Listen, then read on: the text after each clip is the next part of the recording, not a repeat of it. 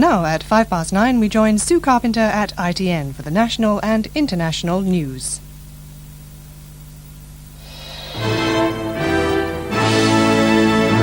The news from ITN. New Panama government wants to charge Noriega with murder. Suspended ambulancemen say they'll be on standby for Trafalgar Square celebrations.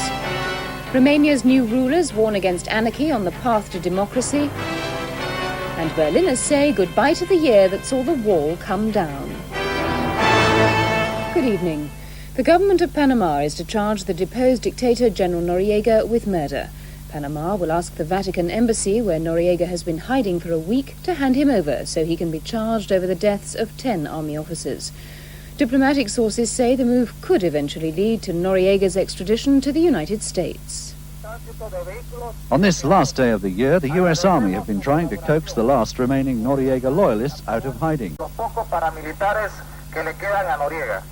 They were competing with Panamanian citizens, trying their own appeal to the former dictator near the Vatican embassy.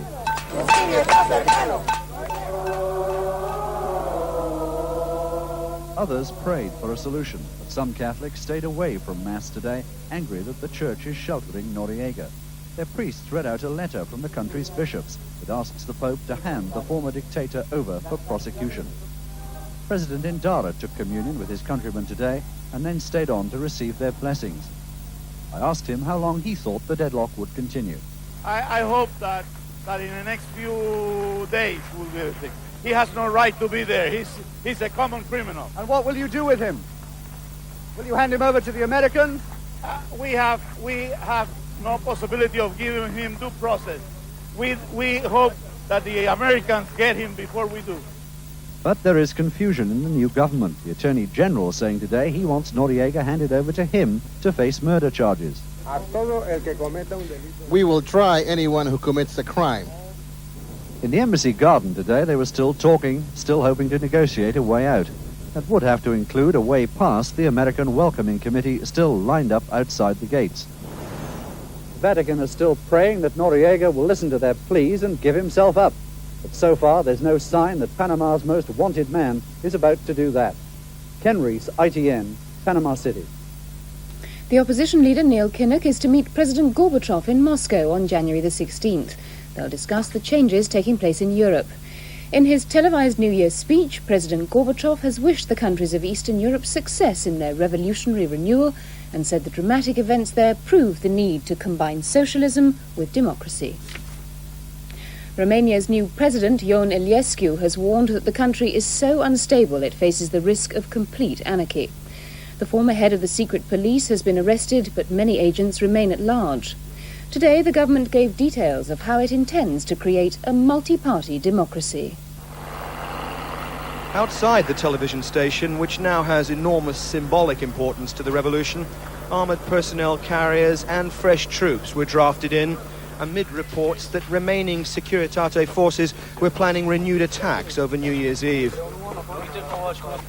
Inside, the arrest of a suspected Securitate agent did little to lessen this sense of unease in the waning hours of the year. You could measure the human cost of the revolution at Bucharest Cemetery. 10 days after the fighting, they were still burying the dead, with those left behind determined that their sacrifice will not have been in vain. And this afternoon, this gathering of academics and intellectuals met to ensure that these hard-won liberties were not squandered by the new government. This is not a palace revolution. This is not a revolution which has taken place at the top. It has been a revolution of the people. And the people, he said, were the true guardians of democracy. Captain Mikhail Lupoy gambled with his life when he went on live television to rally the troops in support of the people 10 days ago. He's a major now, and as he gathered with his wife and one-year-old son, he had bittersweet thoughts for the year ahead. She's not sad or joy, but which is saying both things at the same time. So maybe at 12 o'clock we will sing for the dead people and for the people who will be born. and for thousands of families across Romania who've survived this most turbulent moment in their country's troubled history, a time now to remember the terrible price they've had to pay for their freedom. We're joining you live now from Studio 7 at Romanian Television, and you'd be pushed to find a more exhilarating place to see in the new year. There's no one with more cause for celebration tonight than these technicians, journalists and soldiers. They've lived in this building since the revolution. They've kept it open during those dangerous days over Christmas, and their prayers tonight will be for a happy, but more importantly, peaceful New Year. Now back to London. Further evidence is emerging daily of the luxury lifestyle enjoyed by Romania's former dictator Nicolae Ceausescu. At his private hunting estate, deer were drugged to make easy targets for the late president. It was Ceausescu's favourite sport. So he passed a law forbidding anyone else to shoot them and then cordoned off 2,000 acres of the best hunting land for himself. He built this plush hunting lodge, but even his local caretaker was never allowed entry. This for him was the first glimpse inside. This is where Ceausescu and his men would feast on their hunted meat. And even in this remote area, 500 miles from the capital, Ceausescu wanted his political library with him. But it was the deer which brought the president here, and he was proud of his hunting achievements. But hunting for Ceausescu was made easy. First, an advance party of his men came and drugged the animals. Then they were taken to the edge of the forest to within yards of Ceausescu's hunting stand. From there, all he had to do was look down and shoot them. He'd kill hundreds of deer in an afternoon from this vantage point, but he never let the locals share the spoils. And in the nearest village, where the people queue for bread, there's seething resentment. This man said Ceausescu's wealth made him sick, riches gained from a people enslaved. Ceausescu may have fallen, his hypocrisy now exposed, but this winter revolution has still left Romania's poor queuing for tomorrow's food. Penny Marshall, ITN, Honosh. The West German Chancellor Helmut Kohl has called on his countrymen to strive for a united Germany and a united Europe. He said the 1990s could be the happiest decade of the century. In Berlin, thousands of revellers from both East and West are holding joint New Year celebrations on what remains of the Berlin Wall. Tonight in Berlin, the boundary between the two Germanys is becoming even more blurred. Here at the Berlin Wall, just by the Brandenburg Gate, the champagne is flowing. Everyone is so excited. Even the East German border guards on the wall have rather given up trying to maintain any sort of order. Down below, people pop backwards and forwards through the holes, and through another hole, another East German border guard takes advantage of the new liberties. After all, it is New Year's Eve. Anything goes tonight. And bits of the wall are still being chipped out as souvenirs. It's not easy. For the young, the sparklers are the attraction. They'll just know when they're much older that they were here for this historic moment. And tonight, the absolute minimum formalities. Here we are, we've just been waved through by the border police. No passports, no visas. We're standing here in what used to be one of the most closely patrolled and guarded areas of East Berlin. And just look at it now. The balloons are floating high, the bangs of fireworks. And below the magnificent monument, the biggest New Year Eve party in the world is underway. A bit of free enterprise here. Champagne, sausages, glühwein. This stall-keeper's never had such a good day's business. And it's still early in the evening, as thousands are drawn to this spot.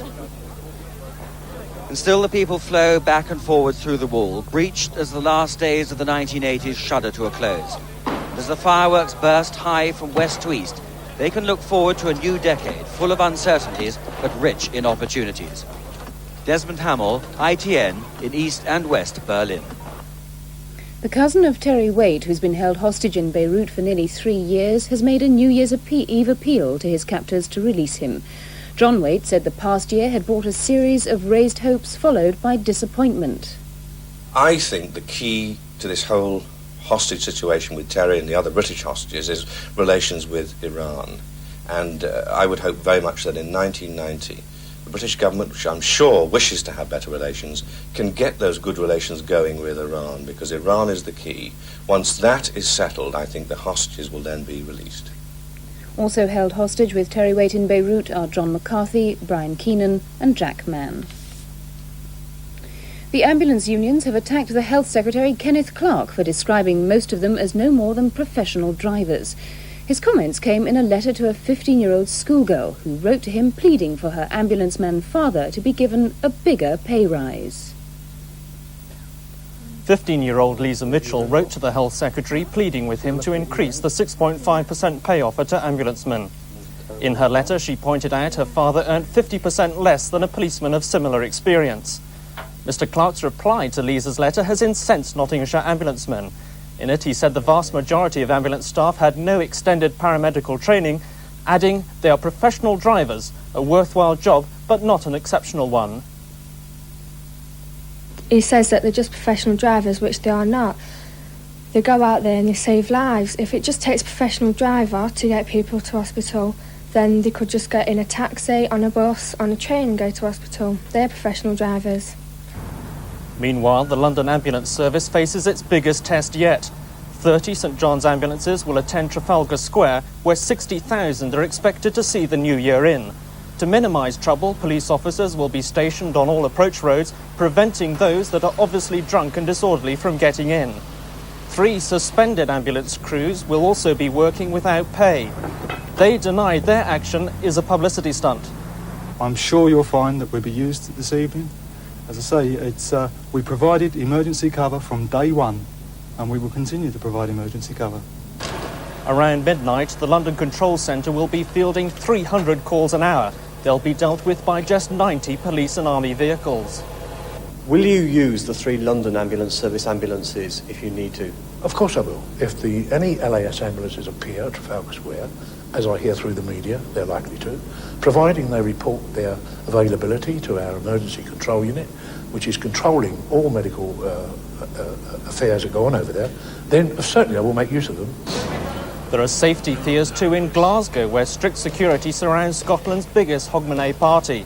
100,000 people applied for 15,000 tickets, and it's feared many may try to gatecrash this, the first event celebrating Glasgow's year as European City of Culture. Morocco says it's facing environmental catastrophe from a giant oil slick off its coast. Ocean currents are pushing the slick towards rich fishing grounds off Safi. 27,000 tons of oil have poured from a stricken Iranian supertanker, Khalq 5, since it caught fire 10 days ago. Environmentalists say it could cause more destruction than the Exxon Valdez spill in Alaska. Labour members of the Israeli government say they'll bring down the ruling coalition if a sacked cabinet minister isn't reinstated. Labour's Ezra Weitzman was dismissed by Likud Prime Minister Yitzhak Shamir for allegedly holding talks with the Palestine Liberation Organization. New Year's celebrations are beginning a second later than usual this year because the Earth's been spinning too slowly. By international agreement, 1989 is to be extended and an extra pip is being added to the Greenwich time signal. It's in this small room in East Sussex that time is fixed. And this is the machine which makes the 6 pips heard on the hour by millions of radio listeners. But tonight, timekeeper Tony Seabrook will undertake a special task. By putting his finger on this spindle, he'll add an extra second to 1989. A new elongated pip will be added to the usual tone. The Earth is slowing down relative to the very precise atomic clocks that we now use to generate time, which give us a constant second, which is very fine for engineers and physicists to use, but would mean if we kept to those, gradually you'd have midnight in the middle of the day.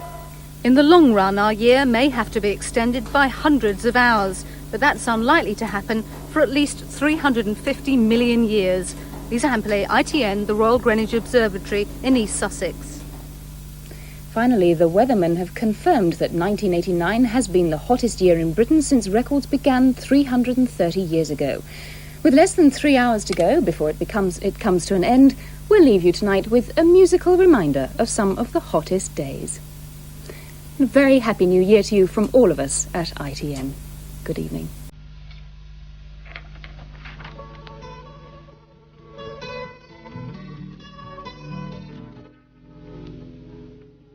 Here comes